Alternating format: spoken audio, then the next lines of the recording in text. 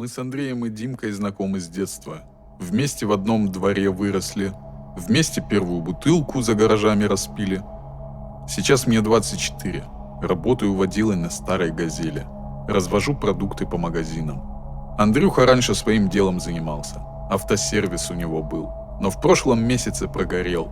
Теперь сидит на шее у тетки и злится на весь мир. Диман вечный студент. 5-й год на 3-м курсе торчит. В тот вечер сидели у меня в гараже. Андрей бутылку открыл, даже не предложив. Видно было, что парень на взводе. Зубы сжаты, кулаки в белых костяшках. Опять эти долбаные кредиторы звонили. Бубнил он, заливая в себя стакан за стаканом. Говорят, еще неделю и машину заберут. Димка, как всегда, пытался шутить. «Да забей, у тебя ж руки золотые. Устроишься куда-нибудь. Заткнись, умник!» Он так хлопнул кулаком по ящику с инструментами, что гаечные ключи звякнули. Я 10 лет дело строил, а теперь... Я хотел уже телевизор включить, чтобы разрядить обстановку. Как вдруг Дима оживился. «Пацаны, а помните ту заброшку за старым заводом? 10-этажку?» Андрей фыркнул. «Опять твои сказки. Ты же сам там бухал в прошлом месяце». «Рядом бухал, туда не лазил, но Серега с заправки рассказывал». Дальше пошел бред про какого-то электрика, который там пропал. Я уже хотел послать их обоих, но водка сделала свое дело. К 3 утра мы уже орали «поехали» и спотыкались по пути к тому самому дому. Дальше Димон добавил: «Запомните, пацаны, мы с 1-го класса вместе. И сдохнем сегодня тоже все вместе», — добавил Андрюха, и улица разразилась жутким хохотом. Фонарик у нас был один, на айфоне Димки. Батарея 3%. Типичный наш поход. Мы подошли к этой 10-этажке, и меня сразу передернуло. Здание стояло перекошенное, будто его пнул какой-то великан. Но оно упрямо не падало, просто из принципа. Окна зияли черными дырами, большинство заколочено досками, а кое-где еще торчали осколки стекол, будто дом оскалился. Ветер выл в пустых проемах, точь-в-точь, как пьяница под окнами орет в 3 часа ночи. Дверь в подъезд висела на последнем издыхании, скрипела так, будто умоляла поскорее ее добить. Над входом кто-то когда-то написал: «Не лезть». Но время сделало свое дело, и теперь выцветшая краска кричала «лезть», как самое неудачное приглашение в жизни. «Ну и дыра!» — фыркнул Димка, высвечивая фасад фонариком. «Прям как моя начальница на практике. Снаружи страшное, внутри полный кошмар». Я поднял голову, вглядываясь в темные этажи. «Стоп, ребята, тут же всего 9 этажей». «Да кто его знает?» – пожал плечами Димка. «Может, строители так старались, что и лишний этаж по ошибке возвели?» Андрей, который до этого молчал, резко дернул головой вверх. «Вы что, слепые? Вон же, смотрите». Мы уставились туда, куда он показывал. Над 9-м этажом явно виднелся еще один, бледный, размытый, будто сквозь грязное стекло. «Черт!» – выдохнул я. «Да ладно вам!» – Димка нервно засмеялся. «Это же просто, отражение облаков, или нам уже настолько плохо, что мы галлюцинации ловим?» Андрей уже шел к подъезду, даже не обернувшись. Мы переглянулись с Димкой и поплелись за ним. Внутри воняло сыростью и чем-то еще, гнилым, как протухшая колбаса в студенческой общаге. Стены были исчерканы надписями. Здесь был Вася, жизнь – боль.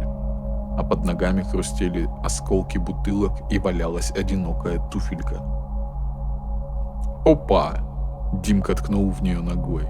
Золушка явно не дотанцевала. Видимо, сбежала отсюда так быстро, что вторую туфлю потеряла. Я хотел ответить, но в этот момент сверху донесся скрип, будто что-то тяжелое протащили по бетону. Димка резко поднял голову. «Ну все, ребята, я передумал. Давайте лучше пойдем к моей тете чай пить. Она хоть и ворчунья, но хотя бы не скрипит так, будто кости перемалывает. Но Андрей уже поднимался по лестнице, не оглядываясь. Его силуэт растворялся в темноте, будто дом его засасывал. Мы с Димоном снова переглянулись и, тяжко вздохнув, поплелись за ним. Мы зашли в подъезд, и тут же на нас пахнуло таким букетом вони, будто тут месяц назад умерла стая крыс, а их еще и помоями облили. Димка сморщился, как будто лизнул лимон. «Ну и запашок!» – зажал он нос рукавом. Прям как в кабинете той начальницы после ее диетических обедов. Андрей, который уже стоял на первой ступеньке, вдруг обернулся. В темноте его лицо казалось бледным. Глаза блестели как-то неестественно. «Ага», — хмыкнул он. «Зато там хоть не скрипит. Или ты бы сейчас предпочел вернуться к своей любимой начальничке? Может, она тебе новую практику устроит?» Дима фыркнул, но я заметил, как нервно проглотил слюну. «Да ну тебя!» – буркнул он. «Я лучше тут поскреплю». Лестница была узкой. Ступени скрипели под ногами так, будто стонали от каждого нашего шага. Стены облезлые, кое-где обои свисали лохмотьями, и мне все казалось, что за ними кто-то шевелится. Пацаны!» – вдруг сказал Димка, останавливаясь. «Вам не кажется, что мы уже слишком долго поднимаемся?» Я посмотрел вниз. Пролет лестницы вниз уходил в темноту, будто его вообще не было. «3-й этаж», – прошептал я, глядя на стертую цифру на стене. «Как так? Мы же прошли уже...» «4», – резко сказал Андрей. Он стоял выше нас, его лицо наполовину скрывала тень. Мы на 4-м. Тут раздался звук. Сверху.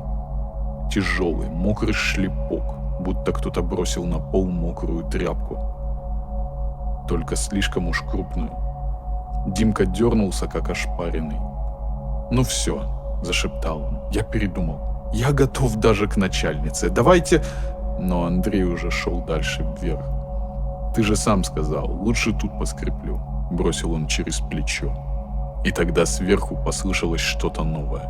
Шарканье, медленное, царапающее. Будто что-то очень большое осторожно спускалось навстречу. Мы поднимались дальше, а скрип ступеней и шуршание за стенами не прекращались. Дима, нервно сжимая в руках старую ржавую трубу, которую подобрал на 3-м этаже, вдруг козырнул ею, как мечом. Толян!» – бросил он через плечо. «А ты так и не написал той своей Машке, да?» Я вздрогнул от неожиданности. Последнее, о чем я хотел думать сейчас, это о ней. «Нет», – пробормотал я, не решился. В прошлом месяце узнал, замуж вышла. «Ну и как, счастлива?» – ехидно уточнил Димка. «Да хрен там. Муж, говорят, бухает, играет во что-то, в компьютер там свой». Андрей, шагавший впереди, резко остановился. В тусклом свете фонаря его лицо выглядело осунувшимся, но усмешка оставалась прежней. «Ну вот видишь», — сказал он, оборачиваясь, — «могла бы сейчас с тобой в этом прекрасном месте сидеть, наслаждаться романтикой. Вместо этого сидит дома и ревет в подушку. Повезло девчонке, чё?» «Да уж», — добавил он, — «теперь она хотя бы знает, что где-то во вселенной есть место страшнее, чем ее брак». Мы замерли. Где-то выше на пару этажей раздался звук, будто что-то тяжелое упало и покатилось по ступеням. Потом тишина. 7-й, пробормотал я, разглядывая облупившуюся цифру на стене. Димка сглотнул. «Может, все-таки вернемся?» – спросил он, но в голосе уже не было прежней бравады. Андрей не ответил. Он стоял, уставившись в темноту лестничного пролета, и вдруг резко поднял руку, заставляя нас замолчать. Тишина, потом шорох, сверху, не просто звук, будто кто-то вдыхал. Долгий, влажный, хрипящий вдох, как будто что-то принюхивалось. Димка вдруг рванулся вперед, схватил меня за рукав и дернул так сильно, что я чуть не грохнулся. Андрей даже пикнуть не успел. Димка затолкал нас в какой-то развалившийся шкаф, торчавший в углу лестничной площадки. Его лицо в свете фонаря было белым. Глаза огромными, зрачки расширены до предела. Он прижал палец к губам. Тишина.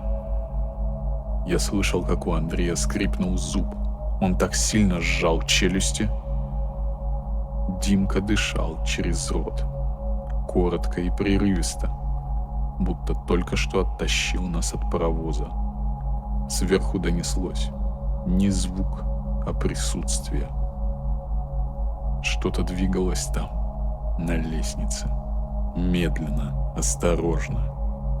Шаги? Нет, не шаги. Скорее, как если бы кто-то волок что-то тяжелое, мокрое. Раз. Пауза. Два. Пауза. Будто прислушивалась. Я почувствовал, как по спине у меня побежал липкий пот.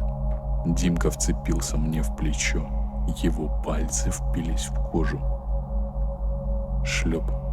Что-то упало на ступеньку выше нас. Мокрое. Андрей медленно, миллиметр за миллиметром, повернул голову. Темнота. Тишина. Потом скрип, будто что-то наклонилось, низко. Я зажмурился. Димка перестал дышать, и тут ничего. Тишина, долгая, глухая. Мы стояли так еще минуту. Димка первый рискнул выглянуть из-за шкафа. Его фонарь дрожал в руках. Свет скользил по ступеням, выхватывая из темноты мокрый след. Он тянулся вниз по лестнице, широкий, размазанный, будто кто-то нес что-то тяжелое. Я почувствовал, как у меня перехватило дыхание. Оно ушло вниз, а значит, обратно нам хода нет. Андрей мотнул головой наверх. Его лицо было жестким, но в глазах та же мысль. Только вперед. Мы двинулись. Теперь только шепот, только шаги, приглушенные, осторожные. Каждый скрип половицы заставлял нас замирать. Каждый шорох за спиной сжимать кулаки. Димка шел первым. Его труба теперь казалась жалкой защитой, но он сжимал ее так, будто это единственное, что еще держит его в здравом уме. 8, прошептал он, высвечивая облупившуюся цифру на стене. Я глянул в окно и обмер. Пацаны. Они обернулись. За стеклами ни черта, ни улицы, ни фонарей, ни этого долбанного района. Только серая, густая масса, как кисель, будто весь мир снаружи растворился. Димон подошел ближе, тыкнул пальцем в стекло. «Это что за херня?» Андрей молча схватил его за плечо и оттащил. «Не трожь». Мы стояли, тупо уставившись в эту мутную хрень. Мне вдруг стало казаться, что оно там шевелится. Будто если приглядеться, увидишь очертания. Руки, лица. «Нахрен это!» — резко отпрянул он. «Нахрен, нахрен, нахрен!» Его голос сорвался на визг. Андрей зажал ему рот ладонью. «Заткнись!» — прошипел он. Но было поздно. Где-то внизу, далеко-далеко, что-то пошевелилось. Медленно, тяжело, будто проснулось. Мы услышали эти шлепающие шаги снизу и сразу поняли, оно идет. Андрей первый рванул в сторону, втоптал нас за какой-то разваленный стол в углу. Дерево гнилое, и еле держится, но лучше, чем ничего. Прижались друг к другу, дышим, как загнанные собаки. Я чувствую, как Димка дрожит всем телом, а у Андрея пот по лицу ручьем течет. Самому аж жарко стало, хотя в подъезде холод собачий. В голову лезут дурацкие мысли. Вот сидим мы трое, как в детстве, когда прятались от дворника, после того, как мечом ему в окно угодили. Только тогда мы давились от смеха, а сейчас шаги ближе, мокрые такие, будто кто-то по луже шлепает. Я краем глаза вижу, из-за угла показывается эта хрень. Высокое, кривое, вся спина в каких-то волдырях и язвах. Кожа серая, облезлая, как у дохлой рыбы, что в нашем пруду всплыла прошлым летом. А изо рта слюна капает, на полу шипит, дырки прожигает. Димка аж подпрыгнул невольно, но Андрей его тут же прижал, мол, сиди тихо, дебил. Сам-то весь напрягся, будто пружина. Я чувствую, как сердце колотится, прямо в ушах стучит. Интересно, оно это слышит? Монстр остановился, голову эту страшную повертел. Нюхает, сволочь. Я вспомнил, как в прошлом году с отцом на рыбалку ездили. Вот так же щука у берега стояла, ждала, когда малек ближе подплывет. Только тут мы мальки. Вдруг оно голову резко в нашу сторону повернуло. У меня аж в животе все сжалось. Димка чуть не вскрикнул, но успел руку себе в рот засунуть. Андрей вообще перестал дышать. А потом оно ушло. Пошло дальше. Мы все трое выдохнули, но рано расслабились. Вдруг рев, как будто 100 ножей по стеклу одновременно. У меня аж зубы задрожали. Шаги затихли, но мы-то знаем, оно где-то рядом. И теперь уж точно в курсе, что мы здесь. Ну и денек, думаю я. Вот ведь ирония. Еще утром бухали с мужиками в гараже, смеялись. А теперь сидим, как 3 труса под столом, а какая-то хреновина по этажам шастает. Димка шепчет, может, оно ушло? Андрей только головой качает, мол, не обольщайся. Шаги затихли, но мы знали, расслабляться рано. Димка первым не выдержал, осторожно выглянул из-за стола. Я потянул его назад, но он уже зашептал. «Ребята, нам надо валить отсюда, пока эта мразь не вернулась». Андрей молча кивнул, его лицо было мокрым от пота, но глаза горели, видно было, парень собрался. Мы поползли к выходу из комнаты, стараясь не шуметь. Каждый скрип половицы заставлял замирать. Вдруг Димка замер и показал пальцем в угол. Там на полу лужа той самой черной жижи, и она шевелилась, будто живая. Я почувствовал, как по спине побежали мурашки. Вспомнил, как в детстве боялся темноты, а мать смеялась. Вырастешь, поймешь, что настоящие страхи не в шкафу живут. Вот и дожил, мам, спасибо за совет. Андрей первым добрался до двери, осторожно приоткрыл ее. Коридор был пуст, только с потолка капала та же черная дрянь. Мы выбрались наружу, прижимаясь к стене. Откуда-то сверху, то ли снизу, я и сам уже не мог разобрать, донесся скрежет, будто что-то большое перетаскивали по бетону. Димка дернулся, чуть не крикнул, но вовремя сглотнул звук. «На лестницу!» – прошептал Андрей. Мы кивнули и двинулись вдоль стены, как 3 пьяных вора после неудачного дела. В голове крутилось. А что, если оно уже там? А если мы в тупик зайдем? А если... Вдруг Дима споткнулся о что-то мягкое. Посмотрели. Старый матрас. Весь в той жиже. И тут я заметил, по нему ползли пальцы. Бледные, длинные, с черными ногтями. Они медленно шевелились, будто что-то искали. «Бежим!» Андрей рванул вперед, не дожидаясь нашего согласия. Мы понеслись за ним, не разбирая дороги. За спиной раздался тот самый рев, от которого кровь стынет в жилах. Я не оборачивался, но знал, оно уже за нами и близко. Добежали до лестницы, начали карабкаться вверх. Ноги подкашивались, в горле пересохло.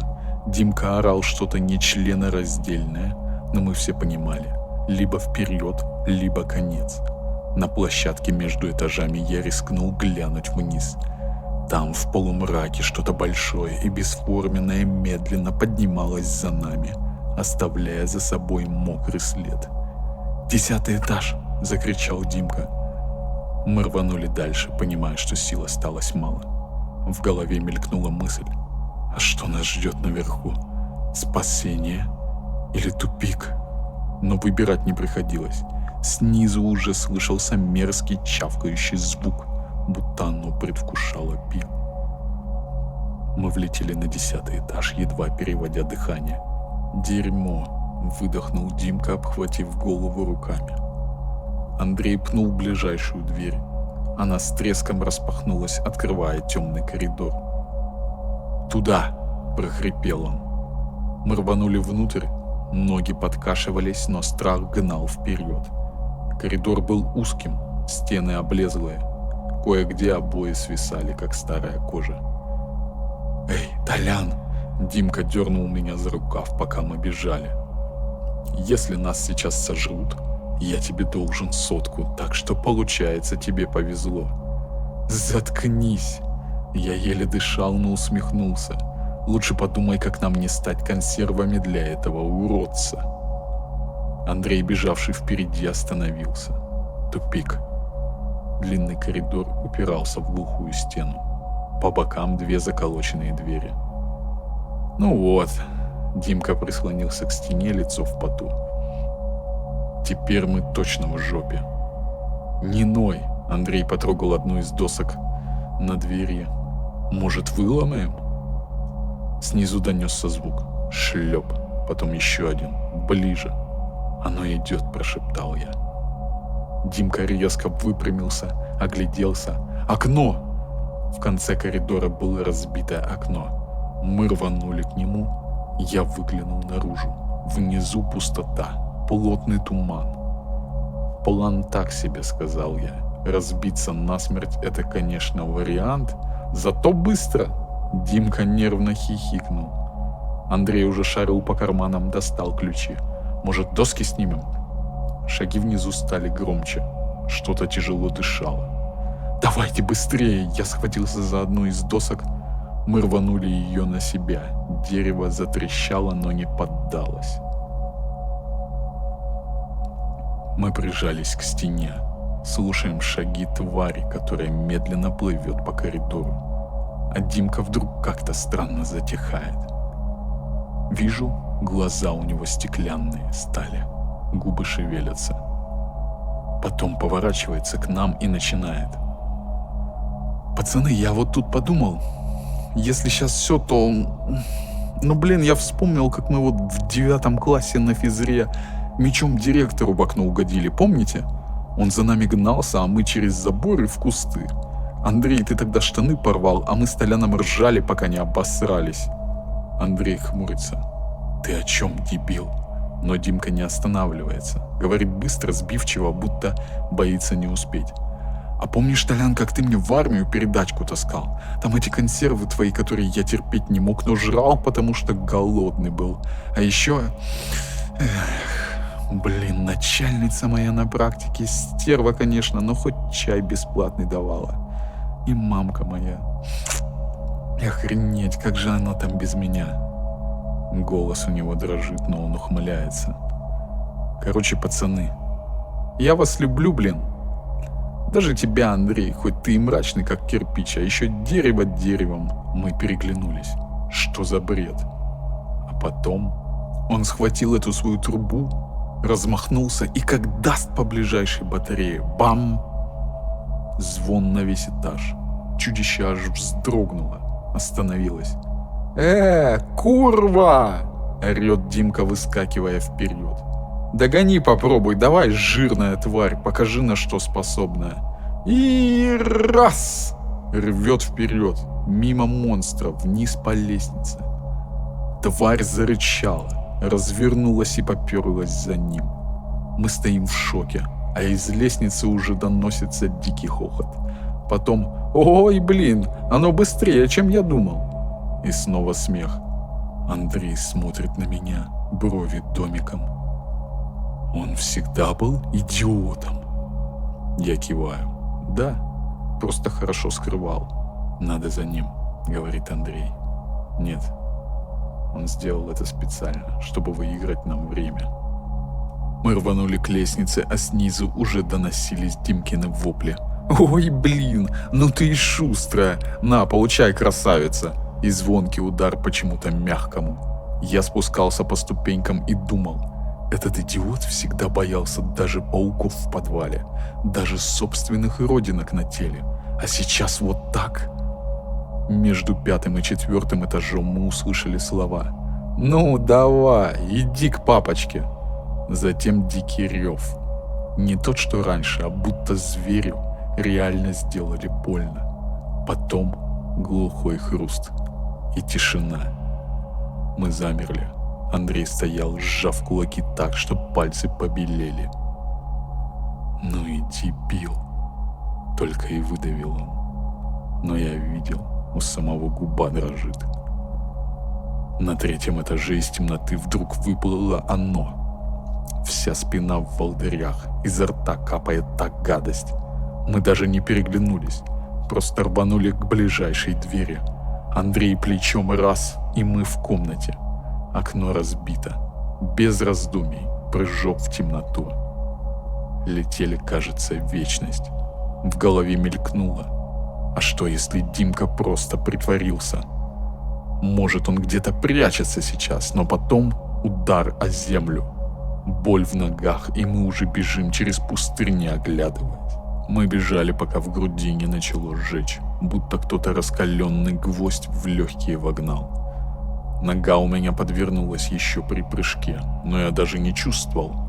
Только когда остановились у гаражей, боль ударила так, что я чуть не закричал. Андрей рухнул на асфальт. Весь трясется, лицо в поту и грязи. Молчали, только дышали, как загнанные лошади. Потом Андрей вдруг хрипло. «Помнишь, как этот дебил на той пьянке штаны потерял?» Я фыркнул неожиданно. Димка тогда бухнул так, что в кустах уснул, а проснулся без штанов. Весь следующий день мы ржали, а он красный как рак матерился. А как он боялся твоей собаки. Я протер лицо, рука дрожала. Прятался у меня на даче 2 дня, пока ты ее к родителям не увез. Андрей скривил губы, будто хотел улыбнуться, но не вышло. Его голос рвался. А помнишь, как он в школе за Наташку из параллели писал стихи? Мы переглянулись и вдруг оба ржанули сквозь сопли. Эти стихи были настолько кривыми, что даже учительница литературы краснела. Смех оборвался резко. Андрей сглотнул, отвернулся. Я видел, как он быстро провел рукой по лицу. «Блин», – прошептал я, – он же реально спас нас, да?» Андрей не ответил, только сжал кулаки, костяшки побелели. Вдалеке за гаражами стояла та самая 10-этажка. В одном из окон на 3-м этаже что-то шевельнулось. Мы встали одновременно. «Пошли», — хрипло сказал Андрей. Я кивнул, нога болела жутко, но куда деваться? Он протянул руку, помог подняться, держал крепко, как Димка держал бы. 2 месяца, 60 дней, 1440 часов. Я считал как дурак. Мы добрались тогда до моего дома на рассвете. Андрей волок меня почти на себе. Нога распухла, как бревно. Мать открыла дверь, увидела нас. Посерела сразу. Не спрашивала ни о чем. Полицию не вызывали. Кому расскажешь такое? Да и Димку. Димку бы все равно не вернули. Андрей первые 2 недели ночевал у меня. Спал на полу, хотя я предлагал кровать. Просыпался ночью от каждого шороха. Вскакивал, глаза дикие. Ищет ту самую трубу, которой уже нет. Потом уехал к себе. Говорит, надо дела разгребать. А сам я знаю, по ночам в том районе шастает, ищет. Я ногу выходил, даже на работу вернулся, грузчиком, как раньше. Только теперь, когда я вижу высотки, спина холодеет. И сны, черт эти сны. Сегодня в 3 ночи я опять проснулся от того, что мне показалось, что за окном кто-то шуршит. Выглянул пусто, только лужа под фонарем черная. Я знаю, это бред, но все равно вышел во двор. Стою, курю, смотрю на ту лужу, и вдруг она шевельнулась. Не ветром, нет, как тогда. Я бросил бычок, затоптал, руки трясутся. Захожу в подъезд, а у лифта лежит кроссовок. Один, грязный. Я знаю, чей он. Знаю.